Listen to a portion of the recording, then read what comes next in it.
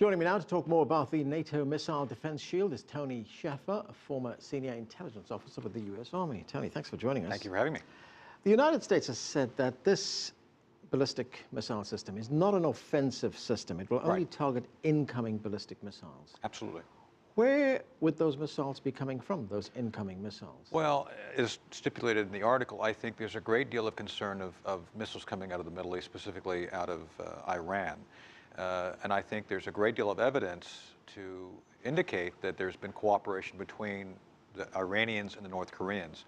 The North Koreans do have ballistic missile systems which could reach Europe should they be based in the region we're talking about in Iran. So I think that's the primary concern here, is if you match a nuclear warhead to a clearly medium to long-range ballistic missile which could reach Europe. Which brings us to what the Russian Foreign Minister, Sergei Lavrov, has been saying. And he's saying, look, there's now a move to improve relations between the United States and Iran. They've just signed an interim agreement. There's no need for this. The Russians clearly have that view. I'm contrary to that view for two reasons. First, I don't believe for a minute that this agreement's going to last. As much as I think it may be a short-term, quote-unquote, victory, it's very clear the Iranians are playing the North Korean playbook. Let's remember, North Koreans have been very good about incrementally pushing the envelope to develop their program, and they were able to do it over the 90s. I was there. I worked within programs which tried to prevent it. We failed. Secondly, trust but verify. I'm not convinced we're going to be able to verify the destruction or the diminishing of the potential of the Iranian program in any substantive way to actually justify not doing the missile deployment.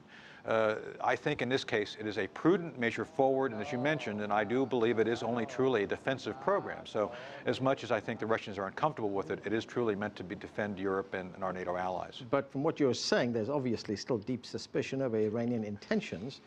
And underlying this is an assumption that this agreement will fail, and this is an assumption being made by the Pentagon and the Obama administration, if you're right, and that we have to build this missile shield to protect these countries. I think it's the only prudent thing to do. I can't speak for the Obama administration.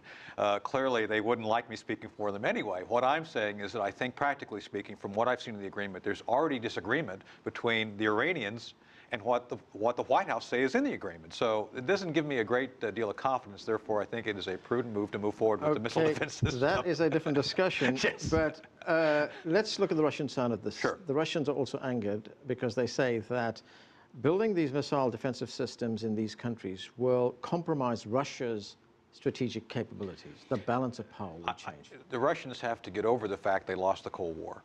Yes, Romania was under their influence as part of the Warsaw Pact. That ended in about 1990, as I recall. The spheres are changing. I know the Russians would like to reinsinuate themselves. We've seen this in other regions. With that said, again, I think the Romanians as a country have made a decision to work with NATO. They're part of NATO now.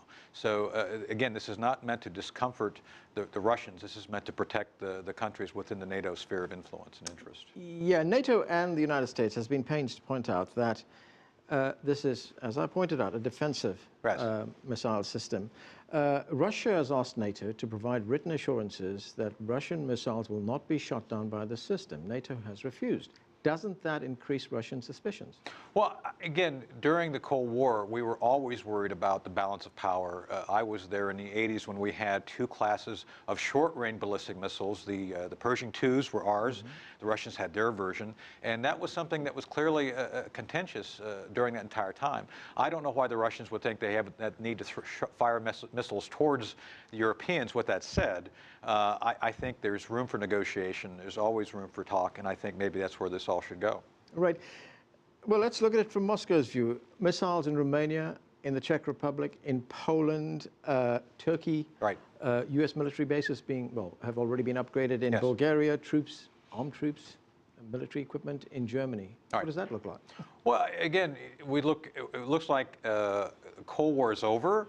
We're working with folks who were former allies of the Russians, who are now our allies, and I think, again, it's something that we have to look at realistically.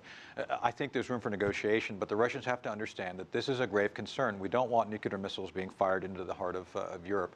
I don't think that would be in their interest as well, if they think about it. Tony Shaffer, we're going to have to leave it there. Thanks for joining us. Thank you for having me.